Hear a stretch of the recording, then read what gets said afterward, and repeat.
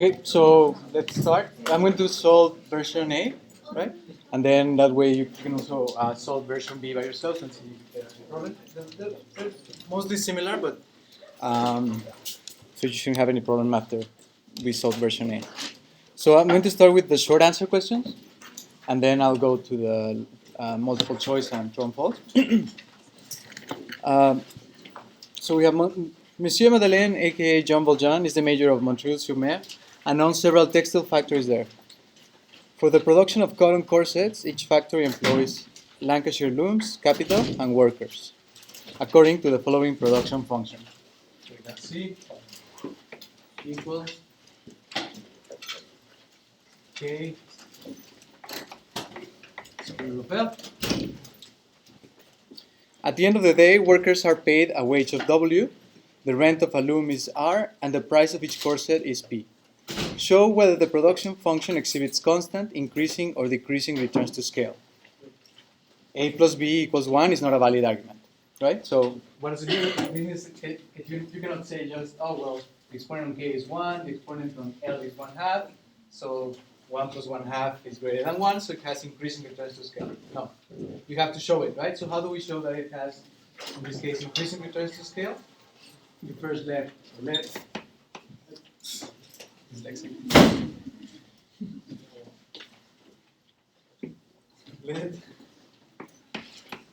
C1 equal K1 L1 square root, right?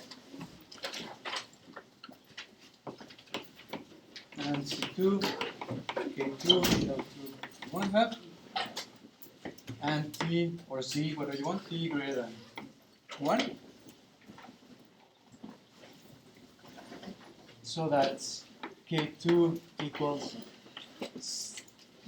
T times K1 and L2 equals T times L1, right? So what are we saying? If we multiply our initial values by a quantity T, which is greater than 1, then we want to see what happens to our production, right? Good? So we have that C2 equals K2 L2 square root. So this is just T K1 and T L1 square root of that. And so I can just factor out the T, and I would have T to the 3/2 K1 L1 square root of that. And that is just T to 3/2 times C1, right?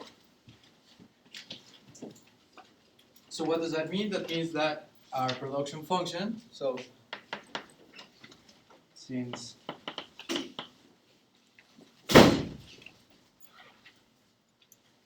C2 equals T to the 3/2 C1, the production function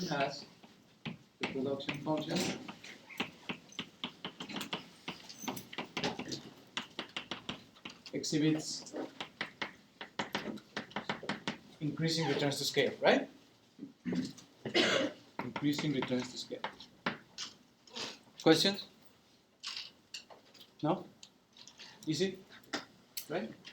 I have a question. Sure. Do we have 4 points on this? Do we have to show working exactly like we're doing? Not exactly, but I mean, you can just say just 1 plus 1/2 is 3/2, and that's it, right? So I mean, some sort of you could at least state the definition of what was increasing returns to scale, right? So say if I double the amount of capital and labor, then my production is going to more than double, right? If you did something like that, then it would be fine, right?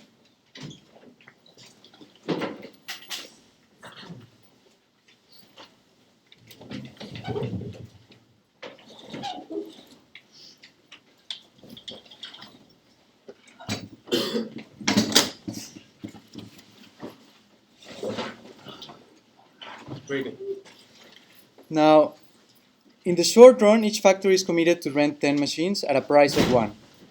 If John's objective is to maximize profits, state the problem he solves for each factory using the profit function approach. Obtain each factory's demand for labor as a function of the parameters W and P. Right? So we have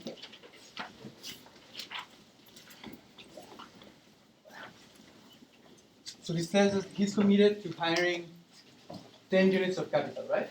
So P bar equals 10 R equals 1. Now we have to state. Okay, sorry. So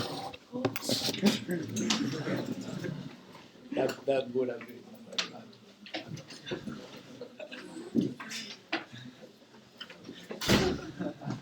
Your final is there, so that's why it's like. Here equals R equals 1. So now we have to state the profit maximization problem using the profit function approach, right? So using the profit function approach means that, remember, if I ask you for a problem, the best way is to identify the objective function, the choice variables, and the constraints, right? Yes? So please go over the quiz, the extra quiz. All those problems, they were different than normal ones, right? But I mean, you need to know how to state them, right? And then after that, you know that you just have to, for example, write a Lagrangian, right?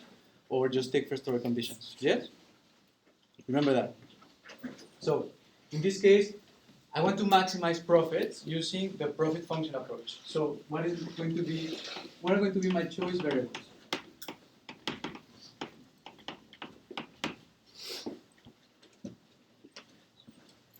Yes? L, right? Just L because K is fixed in the short run, right? K is already done. So my choice variable is just L. And then what is going to be my objective?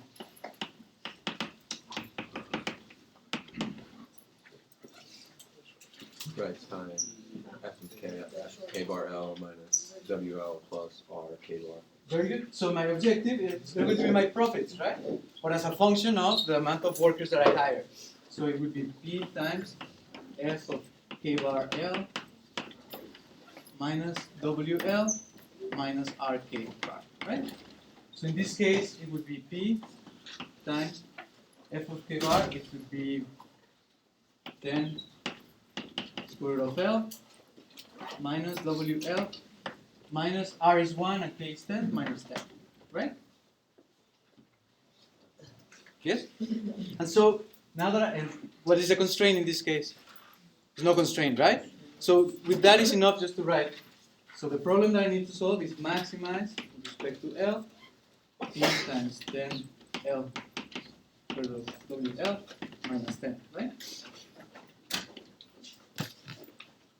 Yes? So when you state the problem, do you always kind of plug in all the numbers that you're given? Or do Yeah. you just leave it in? Yeah, plug in all the numbers that you're given. Right?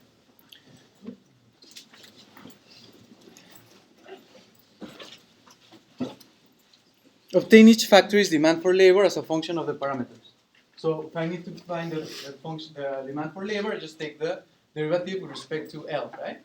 So if I take the derivative with respect to L, the first order condition would be 1/2 P10 L negative 1/2 minus W equals 0, right? Yes? Which is the same as saying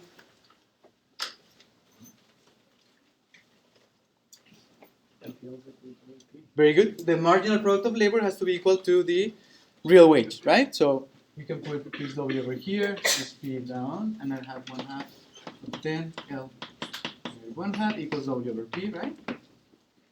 So now I'm trying to find the demand for labor. So this condition is just that my marginal product of labor equals the real wage, right?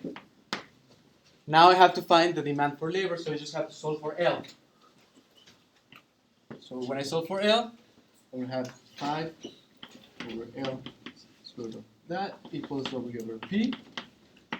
So L 1/2 equals P over W times 5, right?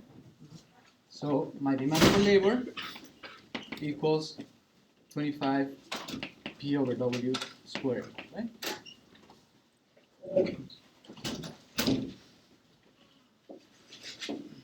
Right? Yes?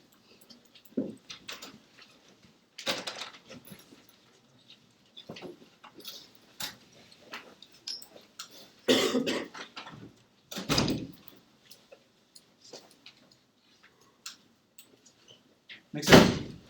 So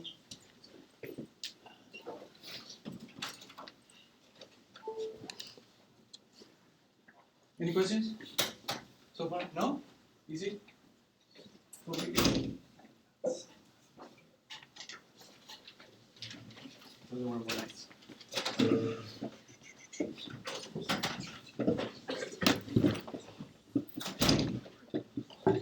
Instead, yeah. If instead Valjean solved the cost minimization problem associated with production in his factories, how would his demand for labor be different than the one you obtained in this previous part?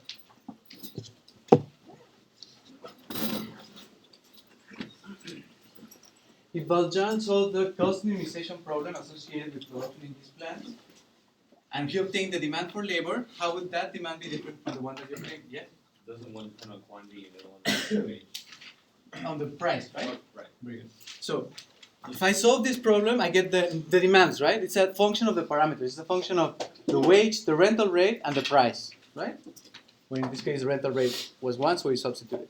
But if we solve the cost minimization problem, remember what I get is the conditional demands. It depends on the quantity that I want to produce, right? If I want to produce this quantity, then this is how many workers I should hire, right? So if I solve the cost minimization problem, what I would obtain are his conditional demands, right? Conditional demands means that they depend on the quantity that he wants to produce,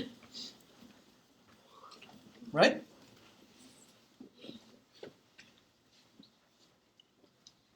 So it was not necessary to solve for it, but this was very easy. Why? Because we're in the short run. Do you agree? So if we're in the short run, that means that in order to solve a cost minimization problem, the only thing that I need to do is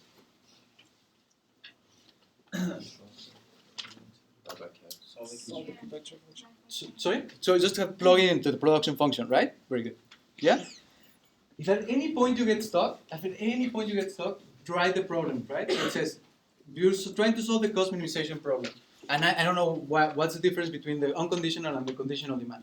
What should I do? Well then, write the problem, right? So he would solve minimize W times L plus R times K bar, right? So to C0, which is the quantity of corset, C0 equals L squared K bar, right? And then you see, oh, okay, now I get it. Now, if I want to solve for the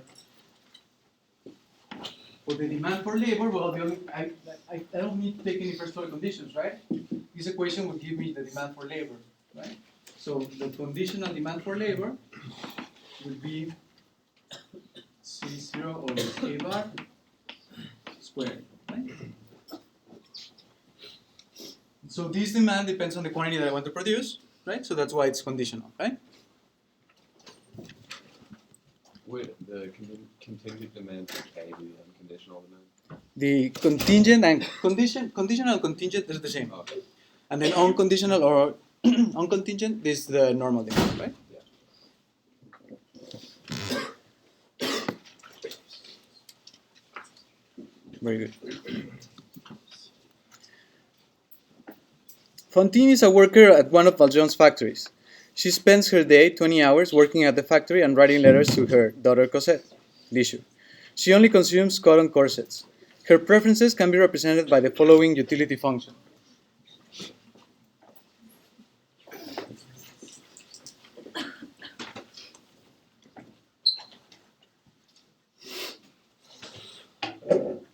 So her preferences can be represented by the following utility function.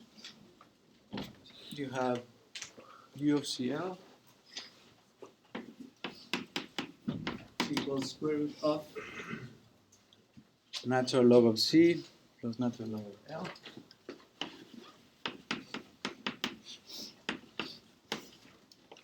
squared plus 7. Right? Do you recognize that one? No? Oh, is it from the first one? Yeah, in your first midterm, that's the one that you have, right? So remember, when you have this type of functions, what can I do? Brilliant. Apply a monotonic transformation. Normally, so it cannot be that hard, right? I mean, I cannot ask you to solve an impossible function. So What does it look like? What do you think is going to be that what one? Very good. It's just going to be a Cobb-Douglas, right? How do I know it? I would just square it. I would subtract 7. Then I would take the square root. Then I have the natural log of C plus natural log of L.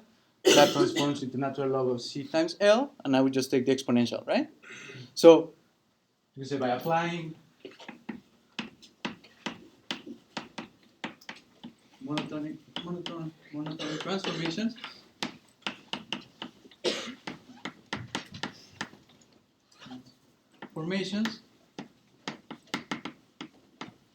by applying monotonic transformations, monotonic transformations, U prime C of L equals C times L also represents your preferences, right?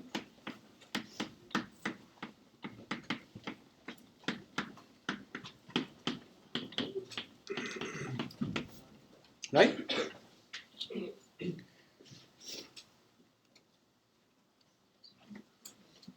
Explain why it represents your preferences. We would say, well, because we know that with ordinal utility, we don't care about the actual value of the utility, we only care about the order, right? Fantine always sends 2 hours worth of her income to the Thénardier, the innkeepers who take care of her daughter. State Fantine's utility maximization problem using the utility functions you proposed above. Derive her labor supply as a function of the parameters. And that's it, right? Yes? Yes or no? Is everyone lost? Is everyone following me or not? Yes? Okay. So, yes? Can you explain how you got from the natural log to CL? Like, how did you? Sure. So first you would square it, right? So by squaring it, you get rid of the square root. So by squaring it, you get rid of it. Then you would subtract 7. Then you take square root. Then you get that one, right? From that one, it's the same as having natural log of C times L, Oh, okay.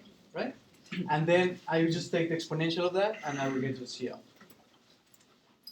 If someone there buried behind all these equations, there's a C times L that you can find, then just extract it, right? That would be like the Cobb-Douglas function, right? The problem was in the midterm you also had an extra term, right? So that's why it didn't work that well. So what is your utility maximization problem? Again, so right.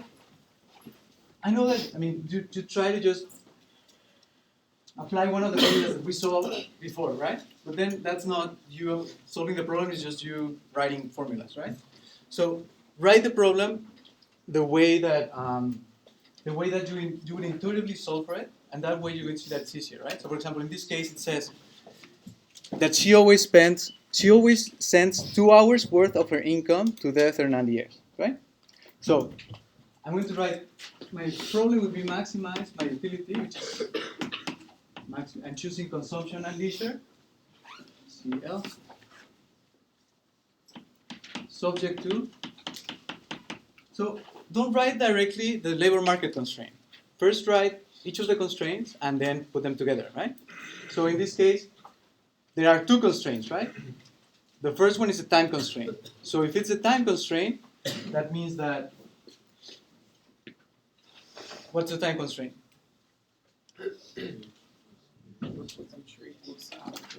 Very good. Labor plus leisure equals the hours in a day, right? That she has. So she has 20 hours. So the first one is a time constraint, which would be L plus L equals 20,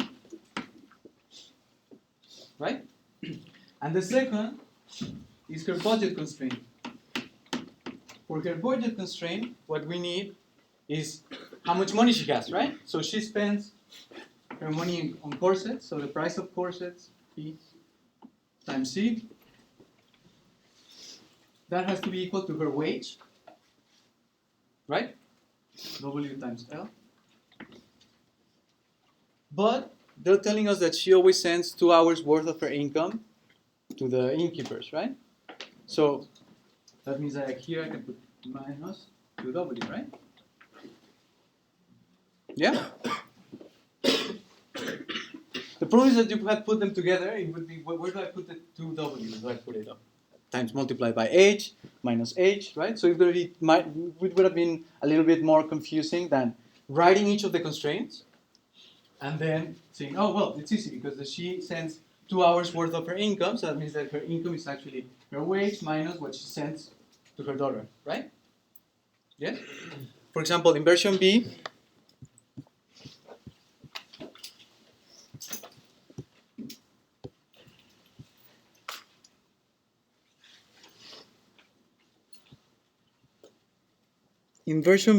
it was independent of how many hours she works, Fantine always sends 17 francs to the Fernandier. So independent of how many hours she works, she always sends 17 francs to the Fernandier. So that means that the constraint would be, in this case, P times C equals W times L minus 17, right? Yes? Who can tell me how can I write this, the first constraint, but now in terms of time? Yes? Very good. If I wanted to say, well, I mean, I don't want to take into account in terms of wage, but in terms of time, then I would say, well, she has L plus L, and that has to be equal to 18, right? Why? Because 2 hours of her time, she always sends it to her daughter, independent of the wage, right? Yeah? So both ways would work. But this one is more intuitive, right? Because it's in terms of money. So remember, writing that's going to be the key for the final, right? If you write the problem and you have the correct problem, right? Then they shouldn't be hard to solve. Yes. If the total hour is 18, the budget constraint would be PC equals to WL, right? Yeah. Yeah. If the constraint was L plus L equals 18, then here we wouldn't put this W, these two W, right? Very good. So when I combine them, I get, well, how do I combine them? I get rid of L, right? I get rid of labor. So if I get rid of labor, so from here, I have L equals 20 minus L. So I'm going to substitute it here. And I get P times C equals W times 20 minus L minus 2. Right? So my constraint is P times C equals W times 18 minus L. So you see, that's the 18 came again, right? Yes?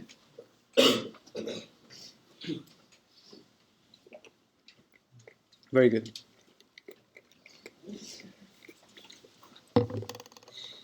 Now,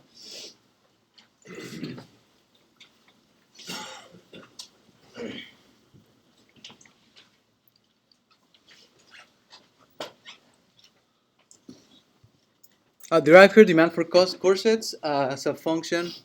Oh, no, it was the labor, right? It was version A.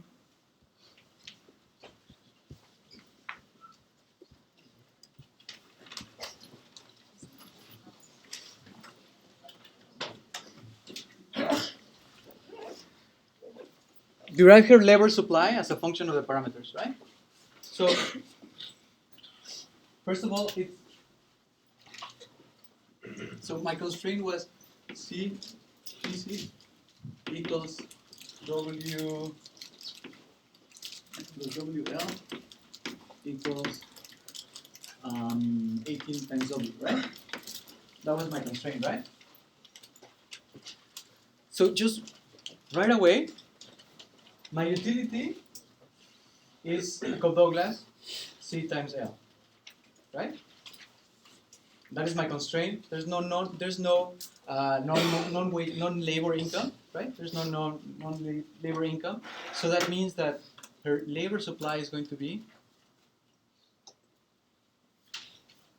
So it's a Cobb-Douglas. Whenever I have maximize C times L subject to CPC plus WL equals H, WH, then my demand for labor is always going to be, my supply of labor is going to be,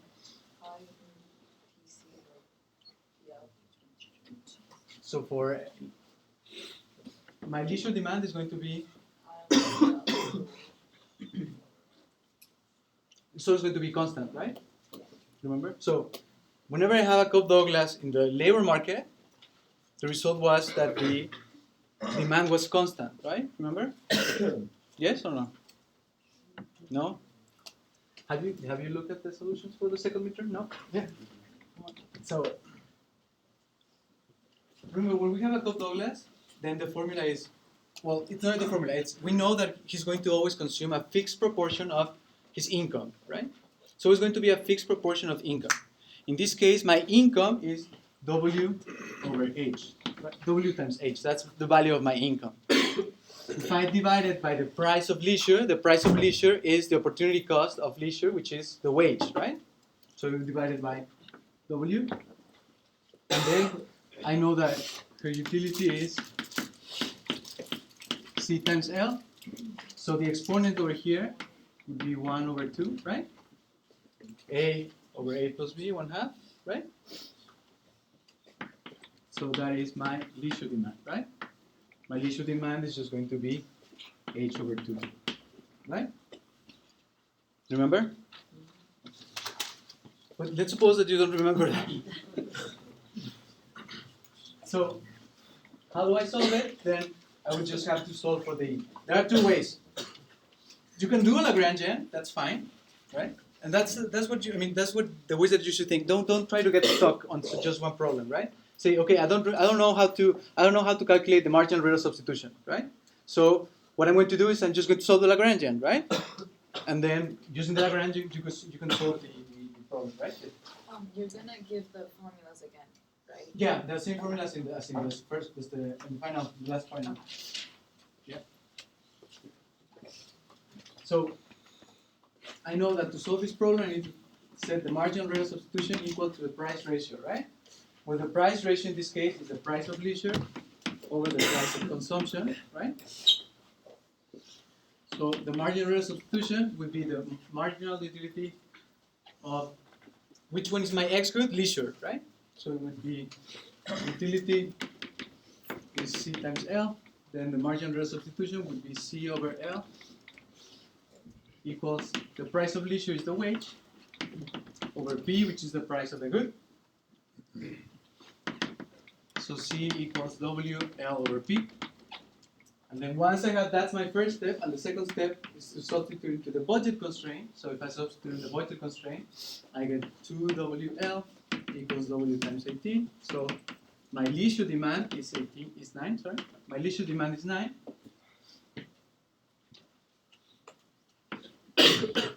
So my labor supply is, it's 11, right? Very good. 11. Constant, right? What does that tell you about the value of the income and substitution effect for a change in the wage?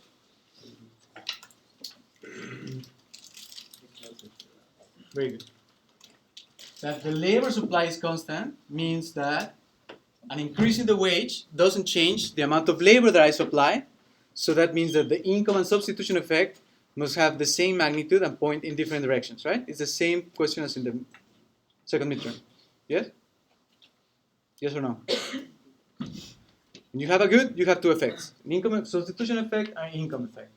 But if it's telling you that it doesn't change when the price changes, then that means that those effects have to cancel each other out, right? Right? I think that it doesn't actually ask for that right now. Can you go back to that? Sure. I mean, even though it's constant, you mean because only it equals 11? Is that why? Yeah. If it was like 11 times a variable. So if it was 11 times, it would be over W, for example. Then your, I don't know, this is labor supply, right? So it would be 11 times W. Then your labor supply would be like this, right? So it depends on the wage. Yeah. But in this case, always also graphing will help you, right? So if I'm trying to graph this labor supply, I'm saying this is the amount of labor that I supply, this is the wage. So in this case, it's always going to be 11, right? So that means that if I start from this wage, W1, to this wage, W2, doesn't change, so that means that the income and substitution effect has to have the same magnitude but go in different directions, right? Yes? Yeah. Yes, yes. How do you know it doesn't change? because so when you solve for everything, the W cancels, right? So that means that L is not a function of the price of leisure. So that means it's a constant. It's always going to be 11. Doesn't matter what, right? It doesn't matter what changes. It's always going to be 11, right? So if it weren't constant, how would you know the different magnitudes just based on that? So if it wasn't constant, It was 11 W. let's suppose that, yeah, so for example, let's suppose that it is, for example, like this, right? Then that means if my wage increases, then my labor supply also increases, right? But I know that if my wage increases, I have my income effect and substitution effect. My substitution effect will tell me that I need to work more, right? Yeah. And the income effect is, well, since we have a Cobb-Douglas is going to be normal, right? So if it's normal, that means that the income effect will tell me to work less. But since I'm working more as a total effect, that means that the substitution effect dominates over the income effect, right? So you see, it's always the same story, right? It's always careful with this. Yeah, thank you. So it's always going to be the same story. You have two effects, right? And then by looking at the total effect, I can see which effect is the one that dominates, right? Yes?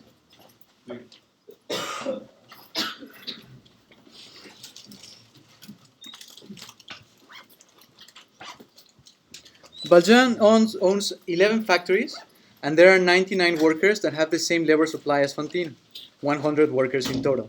Draw a graph of the labor market and find the equilibrium real wage.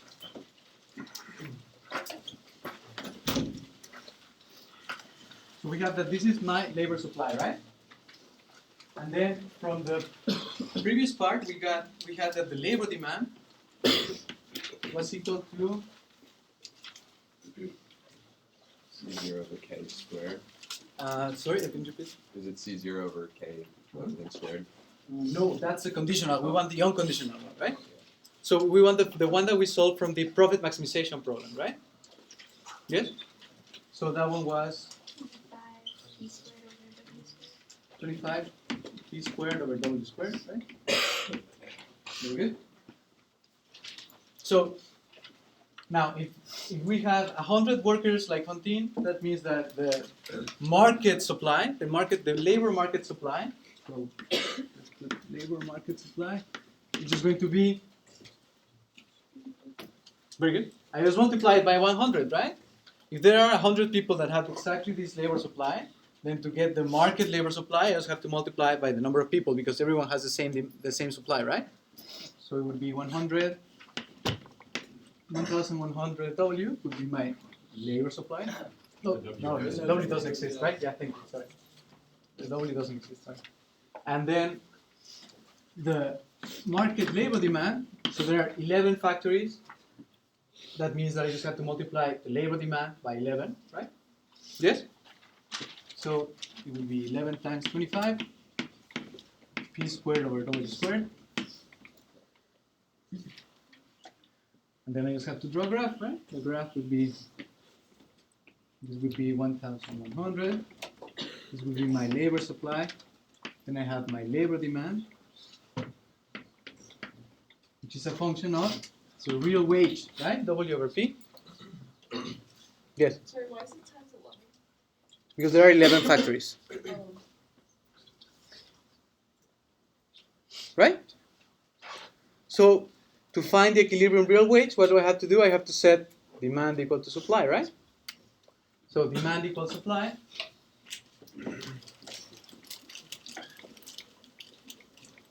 Demand equals supply. That means that I have, so in equilibrium, LS equals LD.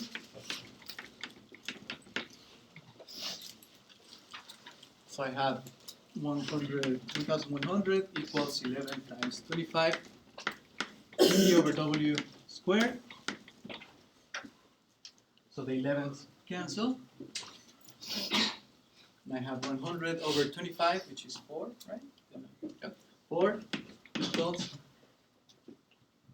P over W squared. So I have 2 equals P over W.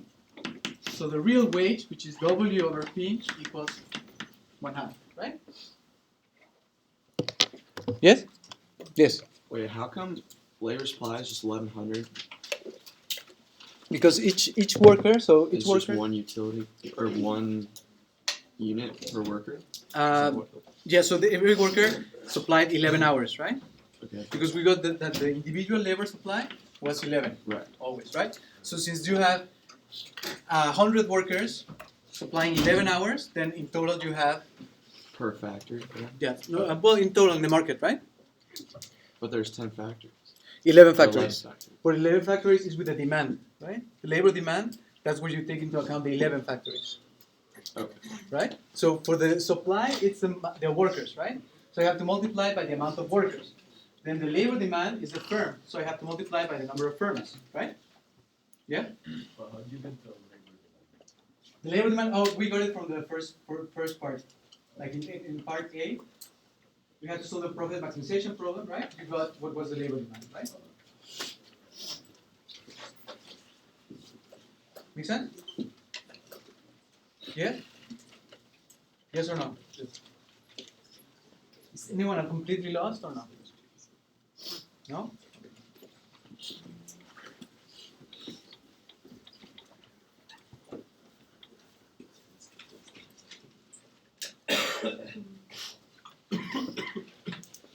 Now, draw two graphs, one of Valjean's isoquants and isocosts, and one of Fantine's preferences over leisure and corset. Graphically explain the effects of an increase in the nominal wage in terms of the substitution, income, and output effect. In particular, what is the difference between the income effect and output effect? Right? So, if I'm graphing the two goods, then I would have leisure and consumption, right? If the wage increases,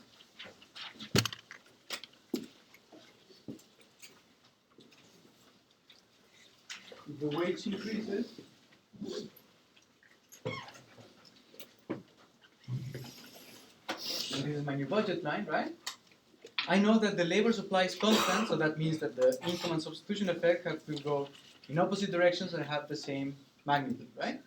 So that means that if I start here in L1M, then the substitution effect tells me that I should consume less leisure, right? Yes? So I'm going to be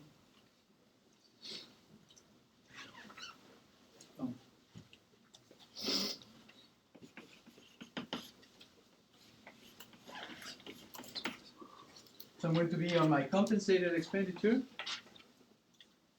consuming less leisure, L2A. But then my income effect is that I should consume more leisure, and I know that's going to have the same magnitude, right? So I'm just going to go back to where I was before, L2M.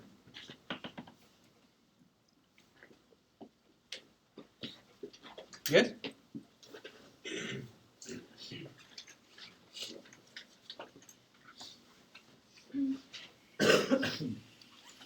So this would be my indifference curve, and then this would be my second indifference curve. From here to here, substitution effect. From here to here is the income effect, and there is no total effect, right? Yes? How come when you increased the wage, you didn't, how come the first 3 lines above it and not below it? How do you normally do increase the wage? Where you hold the Z constant and then adjust the leisure? No, the wage goes up, right? Then you can consume more, right? So wouldn't you also consume less of L though? Less of what, right? Wouldn't you consume less of L though? Yeah, so you consume less of L first. Well, I mean, it's like, why isn't the line like holding C constant and moving L? Why isn't this, which one, the dotted line or the straight? So, Oh, okay. You say this one, right? the solid line. Oh, the solid line. It should cross, this didn't change, right? This is still 8. Right? So remember that with the, I read because you had the L at that point. I read that was where your max amount of L was. So I was confused about that. what is fine, yeah? Is it correct? Okay. Yeah, it's fine. Okay. Remember that they have three different ones, right? So you have when it's just a good and the price of X goes up, then if the price of X goes up, then the new budget line is like this, right? So my compensated expenditure would be something like this. Yeah? And then I would have this here and then here for this one, right? But when I have leisure, then this one doesn't change, right? So if the price of leisure goes up, that means the wage goes up, then I can consume now more of C, right? So it's like this. Then this is my compensated expenditure, and then I have that. Right? Yeah? Yes, right? So when you're drawing the compensated expenditure, Uh-huh. Do you know where it's going to be before finding out where B is? Like how do you allocate that? So remember, what you do, what you need to do is picture the indifference curve, right? You picture the indifference curve in your mind, and you know that it's going to be in the same indifference curve, right? And then just draw it with the expenditure, right? Okay. Picture the indifference curve. Don't draw it because then it gets complicated. So picture it, draw the line, and then just put the other one, right? Yeah? How do we know that income effect is the same? Because the leisure demand stayed constant. The leisure demand was 9, always. Right? So since it's constant, the wage increases, your leisure demand doesn't change. So that means that substitution, they cannot both be 0, right? Yeah? Sure. Again, if the leisure demand also constant. You look at the total effect. If the leisure demand isn't constant, and your leisure demand, for example, your leisure is 5 over W, right? So that means that when the wage increases, your leisure demand goes down, right? So if your leisure demand goes down, that means that the substitution effect is greater than the income effect, right? So it by itself, it unravels, right? All the story unravels. So look at the total effect and then determine what happens, right? So that was the complicated, but then the one with the isoquants and isocosts, it's easy, right? Why? Because it's always the same direction. Yeah? So in this case, I would have L and K.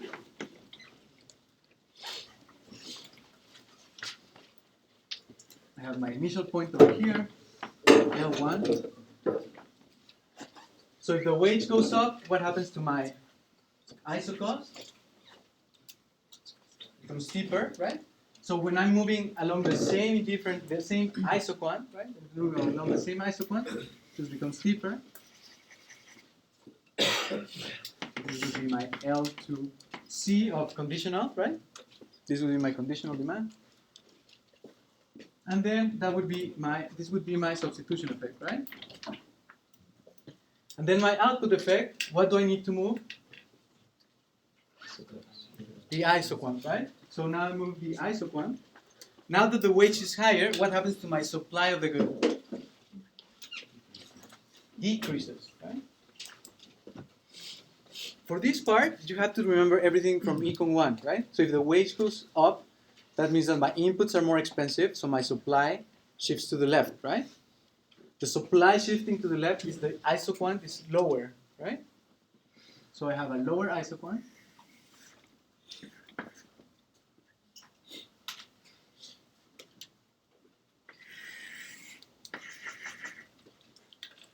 And this is my output effect, right? L2 output effect. Right? So from here to here is my substitution effect. From here to here is the output effect, right? Total effect, yes? Why is your isoquant lower? Because if the wage increases, if the price of the input increases, then you're going to produce less, right? Your supply of the good goes down.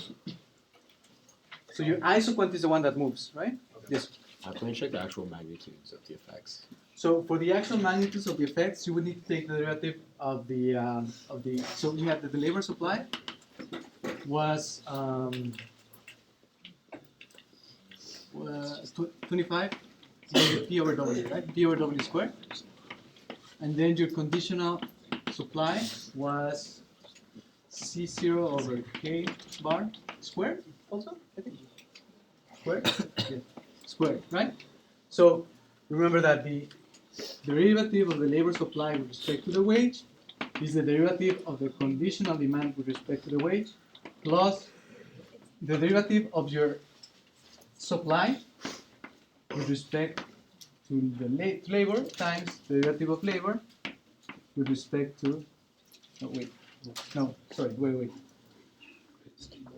Derivative of Q with respect to W times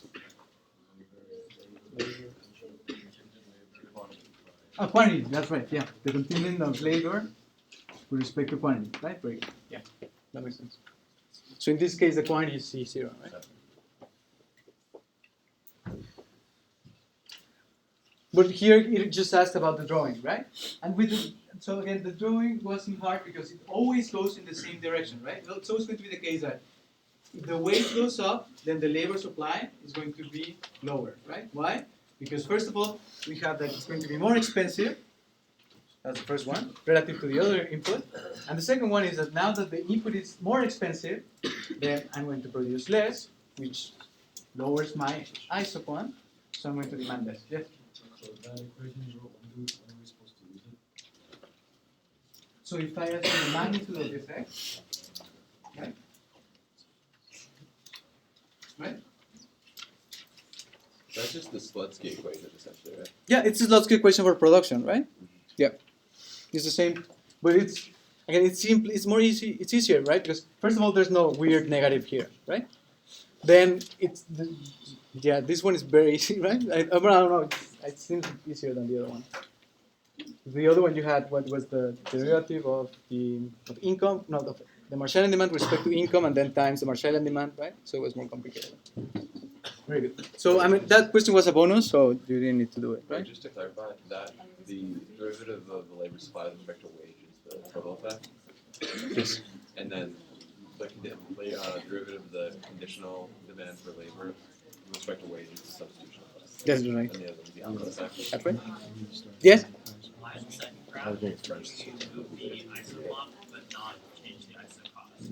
So it's not that I didn't change the ISO cost. To solve the cost minimization problem, you will get a lower ISO cost, right? But it has to have the new prices, right? So it has the same slope as this ISO cost, right? So that's why from here what you change is your budget time, right? Because now that you have the price is higher, now you can afford less or more in this case. That's why you shift the budget. But in this case, now that your input is more expensive, now you're going to produce less of the output, right? So that's why my isocon now, the one that I'm conditioning on producing, that's the one that's lower, right? The Q that I'm having the cost minimization problem, that one is lower, right? Yes? Yes?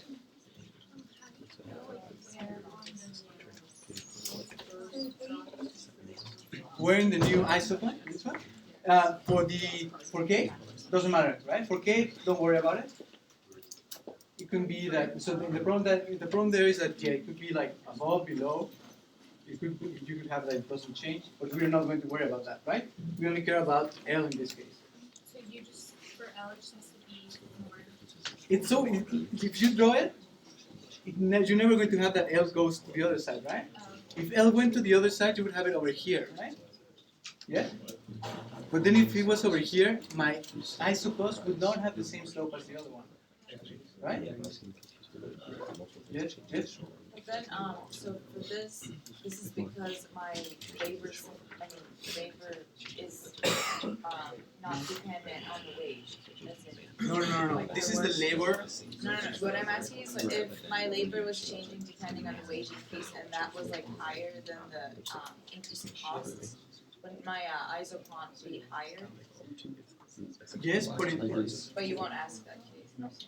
You won't compare like the effect of the increase of. no, because that's yeah. That has to do with the equilibrium wage, right? But it doesn't have to do with right now with individual parts of the supply of the demand. Okay. Right? So I mean, if it says it here, I would ask you then what happens as the price of the good goes to equilibrium, right? And then that would change everything. Very good.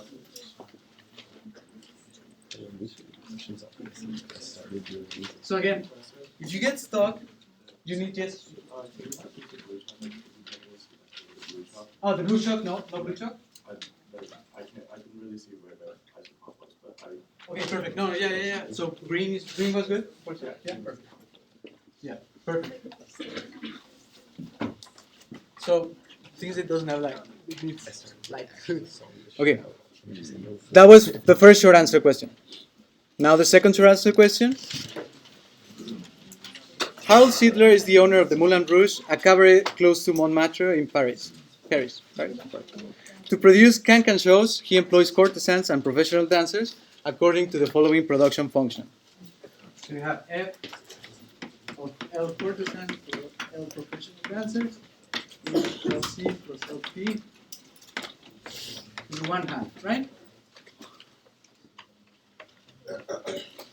Obtain the rate of technical substitution and draw a graph of Sidler's isoquants. So the marginal rate of technical substitution, you're like, wait, this is why we have two labors. Which one is the x input? Which one is the x input? It doesn't matter, right? Just as long as you take the derivatives correctly, it doesn't matter. So in this case, I'm going to choose that LC is going to be the x input. So if LC is the x input, I take the derivative of the production function with respect to LC, or the derivative of the production function with respect to LP. So in this case, it would be 1/2 LC plus LP to the negative 1/2 times 1 over 1/2 LC plus LP to the negative 1/2, which is 1, right? So, what does that tell me about the isoquants? Perfect substitute. Very good. So they're perfect substitutes, right? If the marginal rate of technical substitution is always 1 everywhere, that means that the slope of the isoquant is always 1 everywhere, right? So if the slope of the isoquant is always 1, that means that they're perfect substitutes, right? Yes? That was the tricky part. So you just have to identify that it was perfect substitutes. Draw it, right? LP, LC, LP. Oh, they're perfect substitutes, right?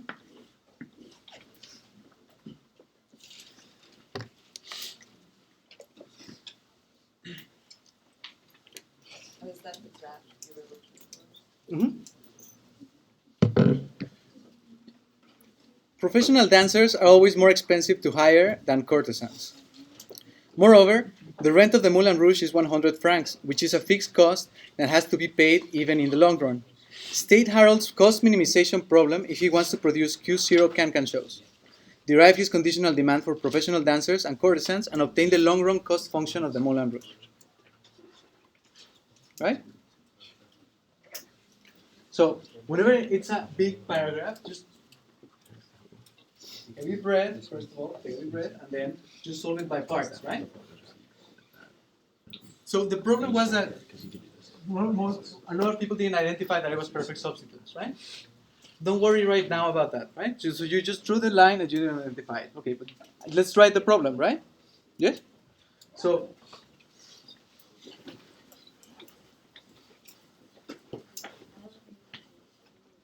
how do I write a problem? I need to write what are my choice variables,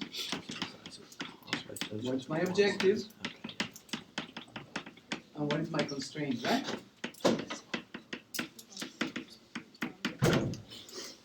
What are my choices in this case?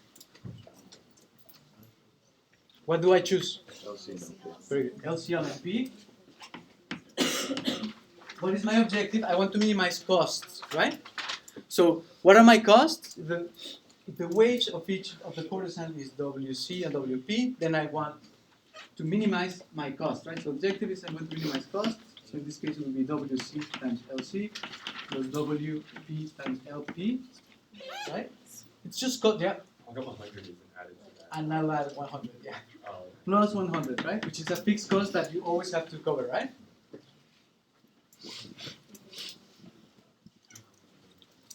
Well, that's good. So, I mean, it's cost, right? So you can have weird costs. You can have, in this case, it was that there was the rent, right? Maybe you have an opportunity cost. Maybe you have a function of costs, right? So if I tell you this is the cost this is the cost of hiring the courtesans, and this is the cost of hiring the professional dancers, and you just want to calculate the total cost, what would you do? Just add the costs, right? Yes? What is the constraint? Production equals Q naught. Very good. So we had Q0 equals my production, right? So it's LC plus LP to 1/2, right? And now with that, now that I have all of this, then writing the problem is not that complicated, right? I would just have to write minimize LCLP, WCLC, WPLP plus 100 subject to Q0 equals LC plus LP to the negative 1/2, right? Sorry? Greater than equal to? Equal to? It's fine. I mean, whatever you want. Yeah. Sorry. The negative is good, right? Sorry. Yeah. Yes.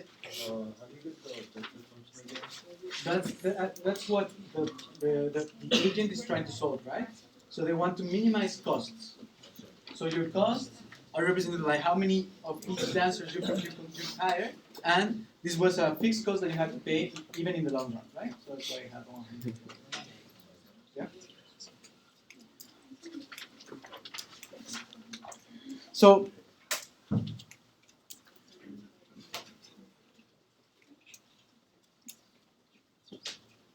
if you use the shortcut, would be the marginal rate of technical substitution has to be equal to the price ratio, right? Yeah. If you use that, then you would get 1 equals WC over WP, right? Yes. And then you can say, but then that doesn't make sense, right? So that's already telling you. This condition is already telling you, wait, you cannot just take a derivative, right? Yes? This is already telling you, no, wait, no, you cannot do that. This is already telling you they're perfect substitutes, that's what I mean, right? Yes? So, even if in the exam, it's okay, if you get stuck, with running the problem, you will get most of the points, right?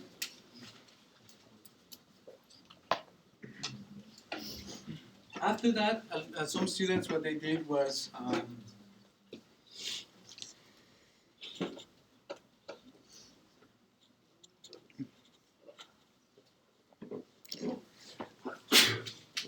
it was just math over pages and pages of math because you cannot solve it, right? So if you try to solve it with this WP equals WC, then it doesn't make sense because they're telling you that one wage is higher than the other, right? So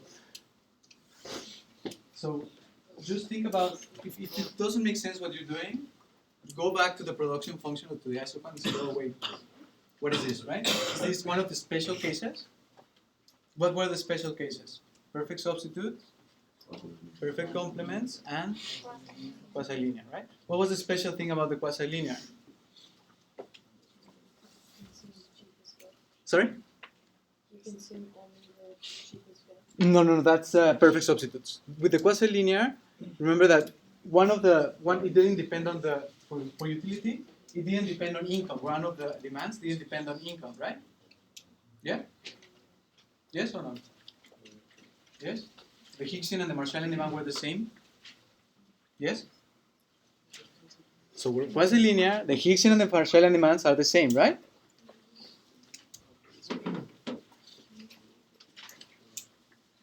So,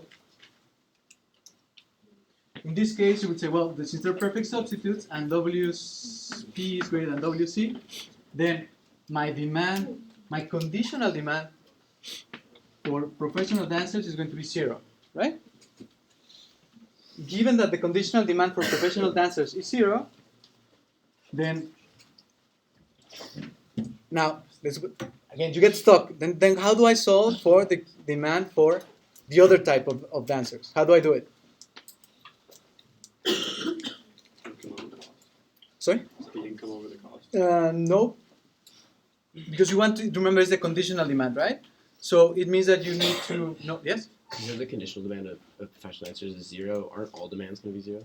Nope. If this demand is 0, then well, I mean, do you mean all demands for professional dancers? Yeah, for sure. Yeah. The normal demand is just also going to be 0. Yeah.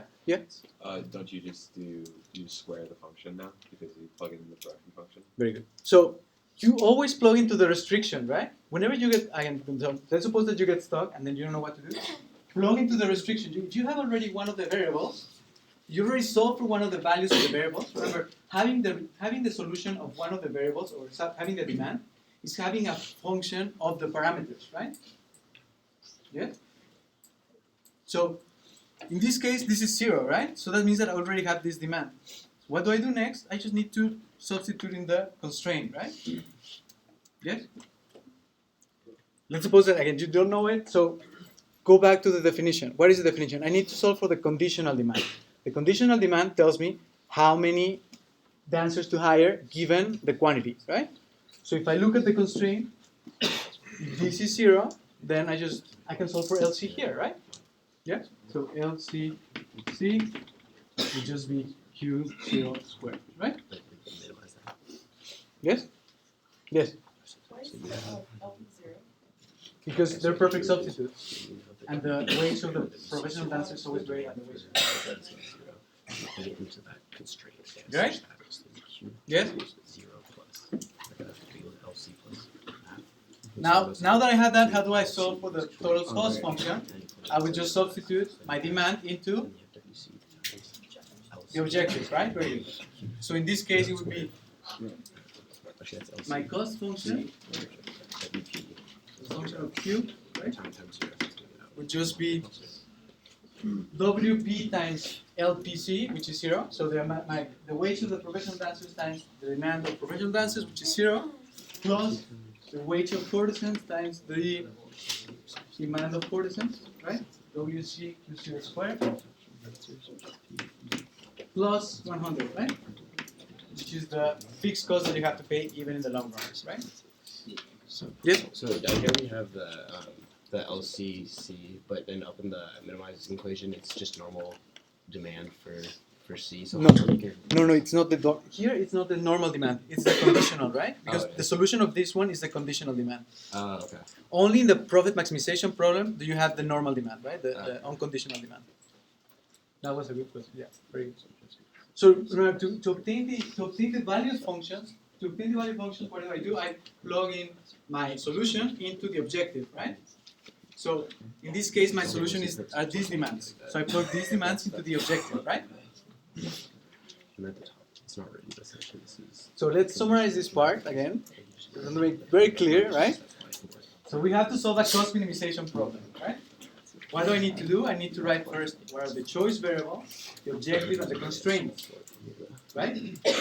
So my objective is always going to be my costs, right? Independent of how they're written, they're always going to be the sum of my costs, right?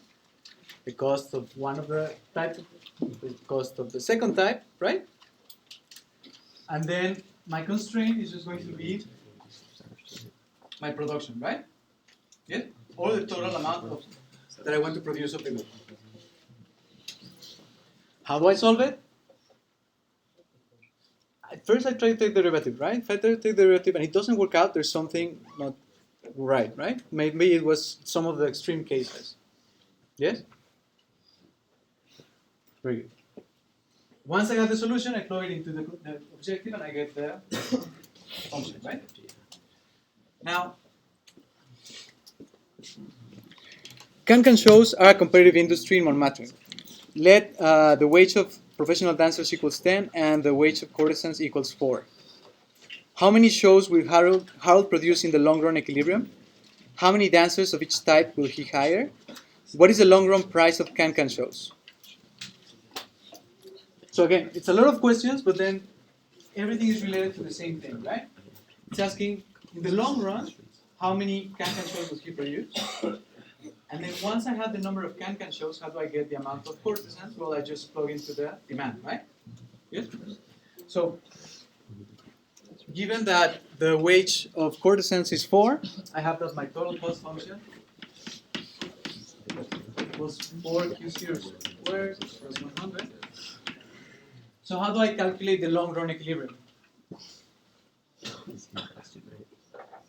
Yes? Marginal cost equals average. Very good. So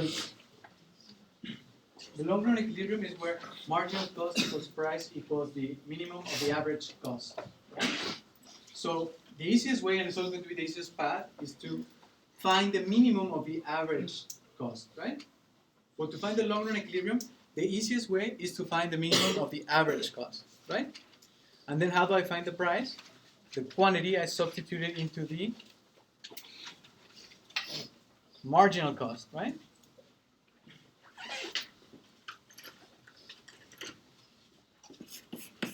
No.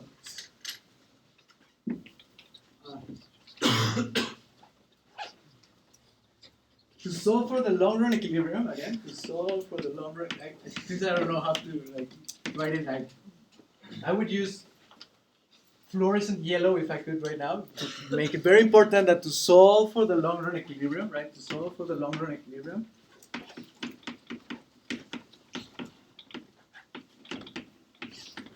you find the minimum of the average cost, right? And then find the minimum of the average cost and then plug it into the marginal cost, and that will be your price, right?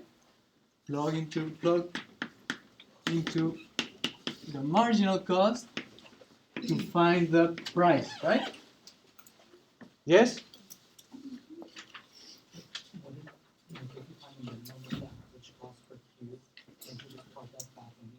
Yeah, in the average cost, but the average cost is going to be more complicated, right? It's going to be always easier to find the marginal cost.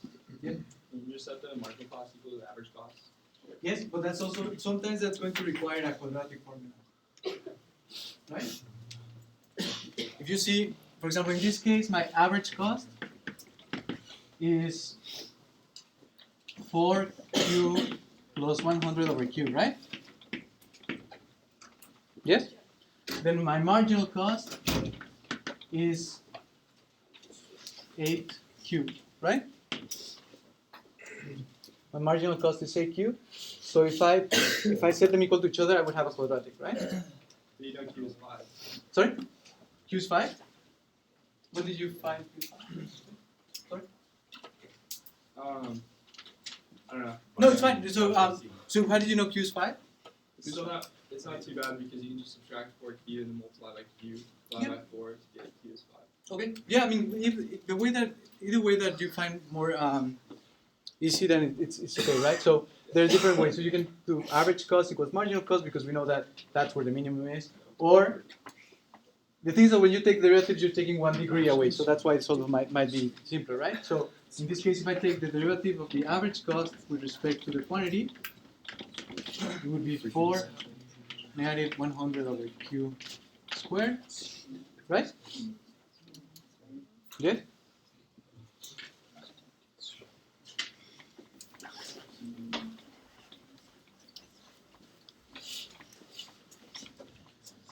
So from there, that I have to set that equal to 0.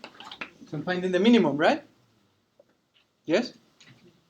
So that means that q long run, the quantity that I produce in the long run is going to be 5, right? So it would be 5 plus this one over here, 100 over 4 is 25, square root of 25 is 5, right? And then my marginal cost is 8q, so that means that the long run price is 40, right? 40. So again, what do? I just substitute my quantity into the marginal cost, right? That way I can get the price. Yes? Very good.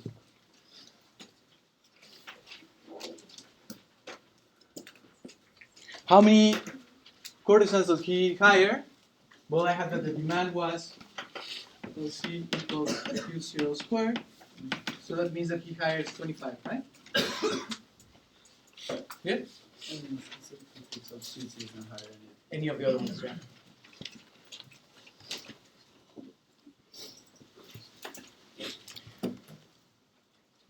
The Duke is one of the representative consumers of Can-Can shows. He only consumes Can-Can shows and dinners with Satine, one of the courtesans, in the Gothic Tower. His expenditure function is given by... So you have the expenditure function E C P S and U equals PQ. Yeah, PQ. equals PQ plus 4PS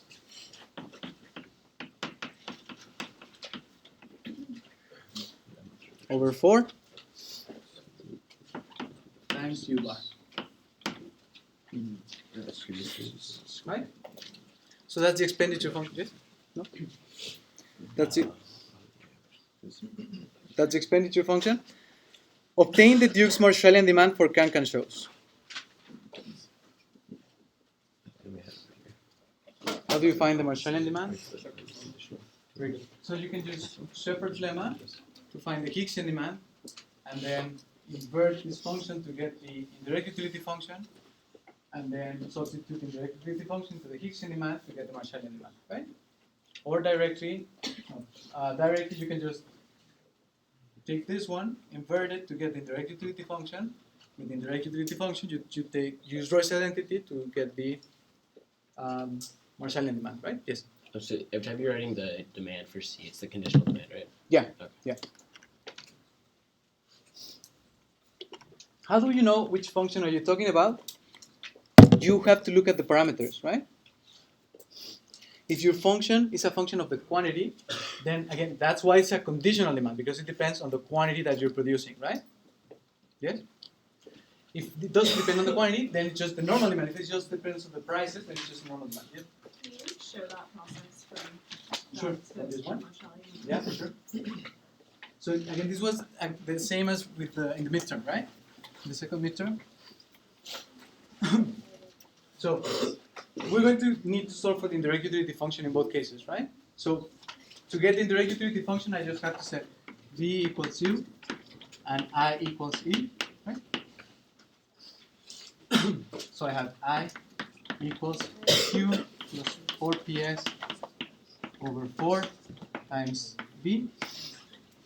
So once I have it like that, then I have that V is going to be a function of I, PQ, and PS. So that's my indirect utility function, right?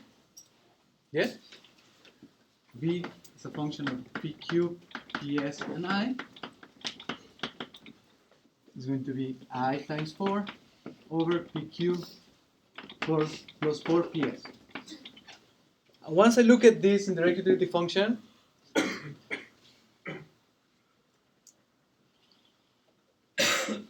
what do I know about the utility function? No, Coe-Douglas would be multiplying, right? Well, Coe-Douglas would be multiplying. Nope. It's perfect complements, right? Very good. Yeah, they're perfect complements. You don't have to know it, but I mean, it's just after looking at them so many times, right? Then you start to say, oh, this is going to be a Coe-Douglas, right? Oh, this is going to be a, right? So this is the first step. Now what I can do here would be to use Roy's identity, right, to get the Marshallian demand for Q, right? So Roy's identity just tells me that the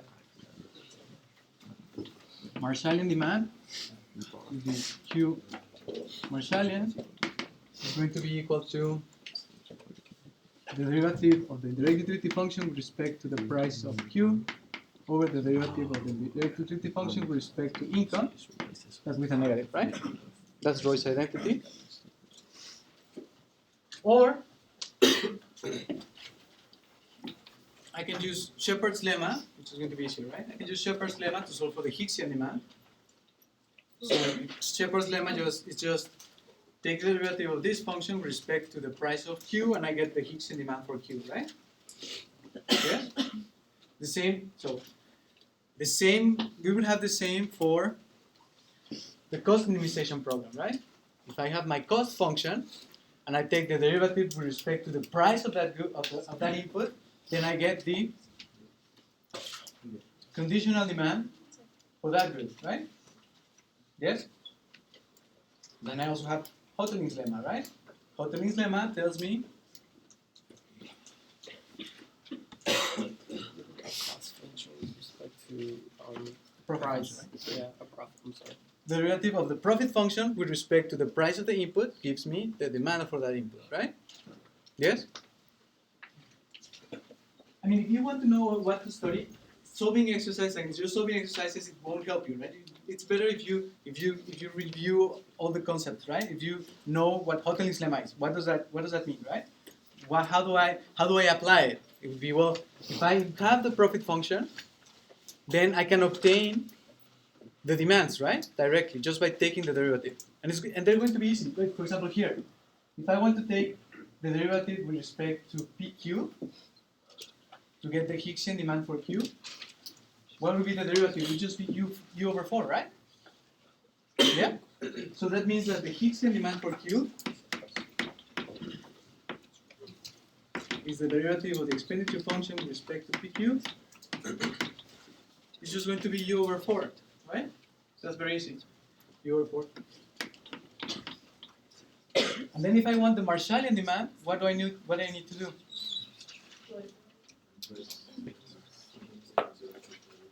Very good. Substitute in direct utility function, this one, I will substitute it here, right? So the Marshallian demand equals I over P cubed plus 4PS, right? Yes? Why are you finding the Higgsian demand? Because I want to find the Marshallian, right? So to find the Marshallian demand, it's going to be easier to use. Yeah, Roy's identity is going to be more complicated, right? Picture it in your brain, right? Picture it in your mind. You see the constraint and you see the indifference curve, right? You have the optimum, but at the optimum, both the Higgsian and the Marshallian demand are the same, right? Yes. So if I plug in the indirect utility function into my U, I get the Marshallian demand. Yes. Okay. Yes. It's not like a derivative. That's not related to the Schopenhauer. Yeah, this is Shepard's lemma, right? Right? Yes. All of those names, Roy's identity, Shepard's lemma, Hoteling's lemma, they're just fancy names for what? The envelope theorem, right? Yeah? Yes? Actually, so the next question says,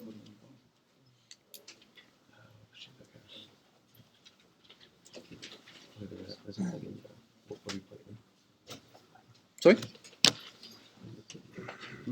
Oh, I'm just curious where you get to the Marshallian demand for Q. So to get the Marshallian demand, I plug in my indirect utility function into the Higgsian demand, right? That way I get the Marshallian. Right? Sorry? Would that be over 4 then? So I would be over 4. Because the 4 is here, right? Oh, okay. Right? Yeah. It cancels, yeah. Very good. Now, currently the only producer of can shows is Harold. If the price of a dinner with Satine is $5 and the income of the Duke is 100, how many more gentlemen with the same preferences and income as the Duke attend can shows at the Moulin Rouge in the long run equilibrium? How do I do that?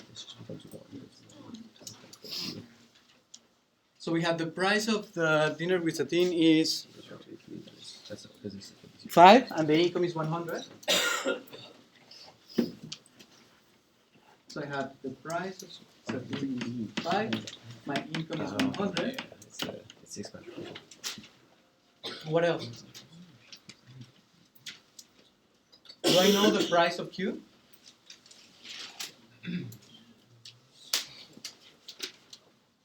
Do I know the price of Q, yes or no? Yes, right? I just solved it. It's a long run equilibrium, right? So the price of Q, I already solved for it in the previous part, right? So, well, you must have already known it. When I asked the question before, it's because I'm going to use it somewhere later, right? So always, if I'm asking you, if you think that you're missing something, then go back a little bit up, right? And then you say, oh, here's where I got it, right? Yes? So the price of Q was 25? 40? Okay, thank you. So that means that the Duke demands 100 over Q, which is 40, so 4 times 5, 20, right? So this is 100 over 60, right?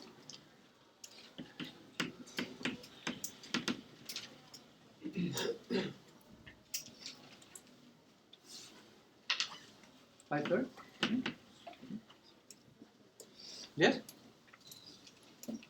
Yeah, right? Okay, so this is my individual demand.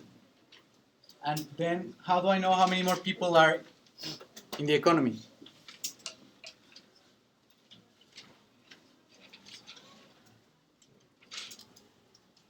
This is how much Kankan shows this person demands, right? So if I want to know how many there are in equilibrium, I need to... Pretty good. Total demand equals total supply, right? How many shows does Harold produce? He produced 5, right? Remember, QM equals... So my supply was Q supply equals 5, right? And that has to be equal to my demand, my market demand. So my market demand would be...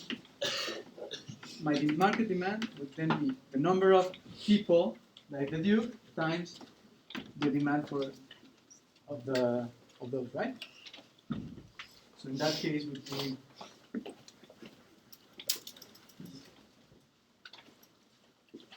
5 equals n over qm, which is 5/3. That means that n equals 3, right? So there are 3 people in the economy. Yes. For this one, are we assuming that he's the only one producing? In the Yes, market? it says he only right now he's the only one that produces. Okay. Yes. Was this one hard? This one? Yes. So Is it also did you QS? So we got it from before, right? Yeah. When we solved for the long run equilibrium, we got that the quantity supplied was 5 Okay. and the price was 40, right? Yeah. Okay. So basically, what you have to what it's saying is just substitute everything that you have previously obtained and now find how many more people there are in the economy, right? Yes. Very good. and how is this a competitive industry in non-market? Sorry? How is this a competitive industry? It says that it's a competitive industry. It says. But if there's only one producer. Remember, the competitive industry doesn't depend on the number of people. It depends on your Okay. ability to affect the price, right? That's a very good question, right? Competitive. Yeah. So I'm not going to ask you about Oh, sorry, competitive. competitive. Yeah. I'm not going to ask you about monopoly, right? So you're saying, but why do you have one person? How is it not a monopoly? I'm saying because we're saying that he cannot control the price, right? So he's a price taker. What were the assumptions of perfect competition? There were 4 assumptions, right? What were the assumptions? The assumptions were that there's, in that case, would be a large number of people, right? A large number of producers. Everyone's a price taker. You have no technological barriers, so you have perfect information, and fixed costs are low, right? The cost of entry or exit are very low, right? Yeah. But from all of them, what is the important one? The important one is that they have to be price takers, right? Yes? Very good.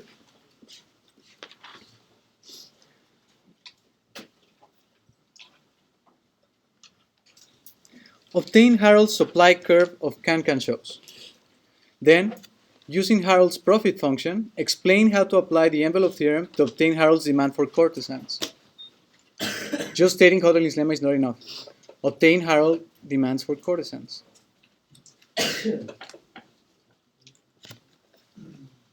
So, you only have half an hour left, right? You're starting to panic, right? Don't panic. What I'm saying is that if you try to solve just the math at that point, it just won't help, right?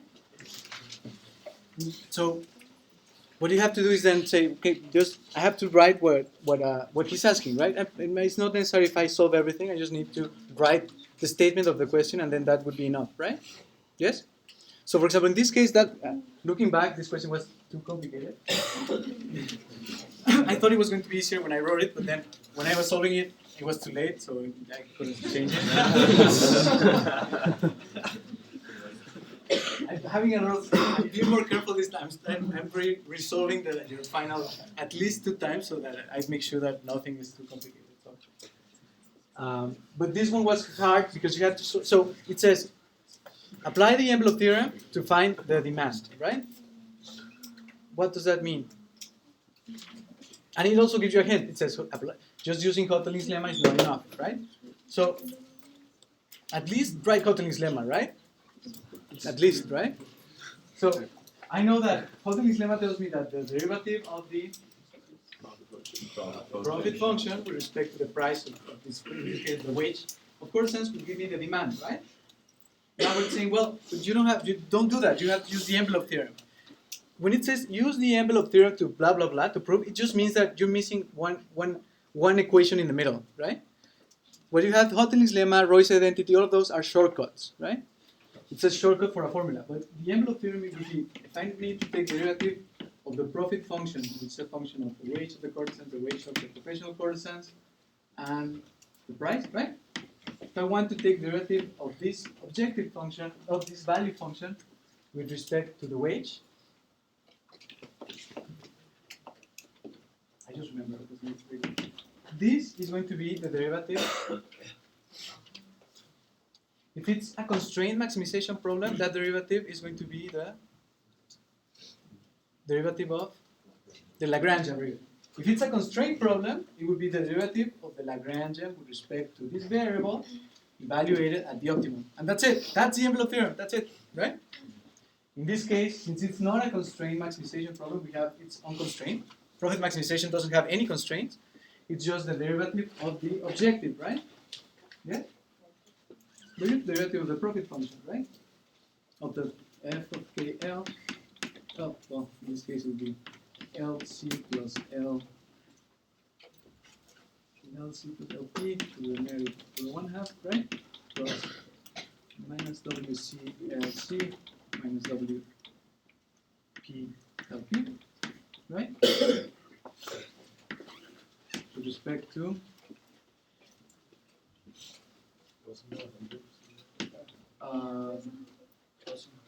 no, this is a profit function, right? That's P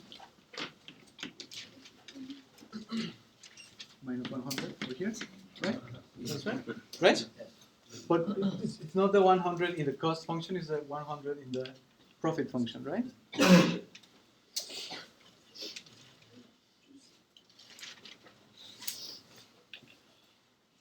You can be sure that I'm going to ask you questions like this, right? I mean, I'm going to ask you use the envelope theorem to show blah blah blah blah blah, right?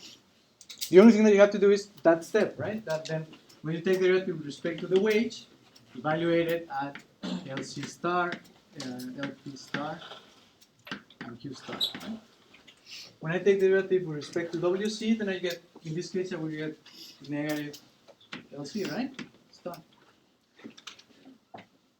Yes? Everything else is a constant. I'm taking the derivative with respect to WC. So this is 0, this is 0, this is negative LC, this is 0, this is 0, right? Yes? Yes. So basically, we just read into Lagrange. Like, how do you get the numerator for the second? It's just the constraint minus the function. This is the objective, right? The objective of the profit maximization problem using the profit function approach. That's the objective. Oh, it's total revenue minus total cost. Yeah, yeah. Very good. Oh, we're almost done. How do we apply the envelope theorem? So that's why it was very complicated. So what you have to do, it's first told you to, so I'm just going to tell you how to do it. I wouldn't do, it's going to be similar, but it won't be that complicated. So the problem is here, I don't have the profit function, right? But I would need to solve for the profit function. That's why it's asking to first solve for the supply, right? So if I find the supply of courtesans, in this case, it was just looking for the marginal cost, right? If I get the supply of courtesans, let's suppose that the supply was 5, or in this case, marginal cost was 4Q, right? Yeah. So 4Q. So, Where is the marginal cost? yeah, marginal cost was 4Q, right? 8Q, I think. Sorry? Was it 8Q? 8Q? Just 8Q. So I know that to get the supply, I need to solve marginal cost equals price, right? Yeah? So if marginal cost equals price, that means that AQ equals P, right? So my supply is P over A, right? Once I have the supply, then I can obtain the profit function, right? Using the other approach, using the total revenue approach. So my profit function can also be written as P times Q minus the total cost of Q, right?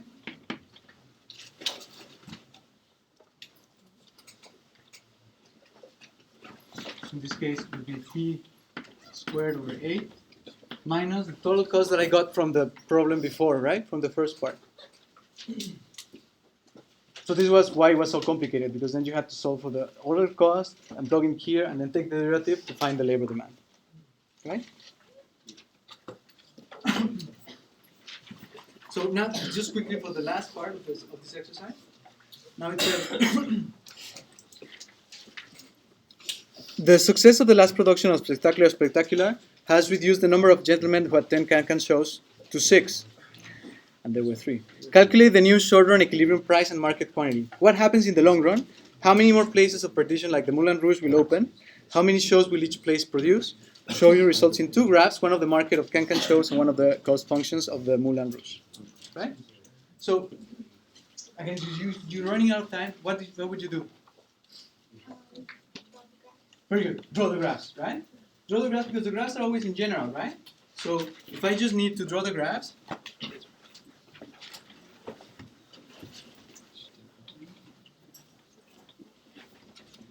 so if I need to draw the graph, I would have, this is price and quantity, the market,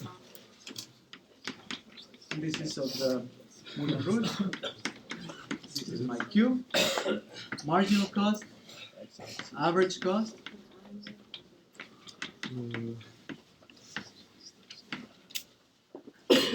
this is P star, which was, this is 5, right? This is 40. Very good. So if it tells me now that the number of gentlemen who go to the Moulin Rouge is lower, that means that what happens to the demand? Shifts left, right? So we have this is point A. So it shifts left. This is my new short run equilibrium. So I have this is A,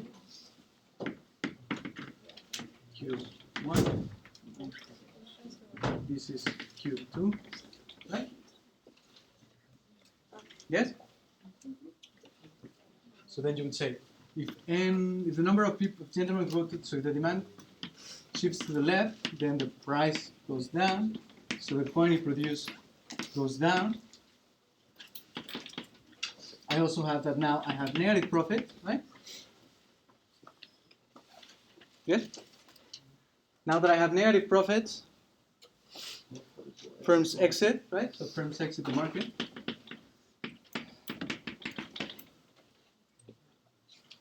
That means that my supply shifts to the left.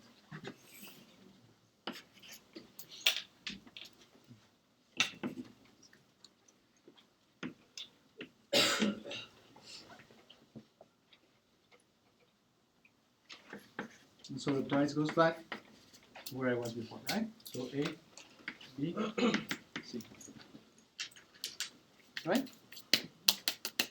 Did we have to put actual values first? Like, if we were to draw that out? So in the end, I give full points if you just draw the graph. Okay. Yeah? I thought he was the only firm in the market. That was why I gave and that's why I gave full points for just the graph. Oh, because you could prove it. Okay. The problem is that you had to say the demand increased to 6 because there were 3 in the beginning, so now there were 6, so the demand increased, and then that's why how you did. So what do you need to do? Wait, just one second. What do you need to do? For each of the problem that you see, for each of the problem, right? What is the objective? What is the constraint? What are the choice variables, right? Yes. Then remember the last diagram that connected everything. Well, that diagram is the key, right? It's the key for everything. Just you need to know how to go from one problem to the other, how to connect problems, right? And the connection is always made with the envelope theorem, right? Yes. And then finally, the last part that we saw, our perfect competition, is just econ 1 again, right? How do I know how many firms are in total? Well, I just have to add the number of firms times the quantity that each supply, right? How do I find the equilibrium price? I have to set the demand equal to the supply, right? Yes? Very good. So, what? It's a 3 exam? Yeah. Yeah. There are 2 rooms. Oh yeah. So I'll send the email today with the room, right? But normally it's just going to be like the first room, the last name from A to M is going to be one room, and then the other one. But I'll send you an email today. Okay? I was curious about when you had written this right here, profit equals EQ minus total cost, and then setting the Q to be Just one second. squared over 8. Is the total cost going to be the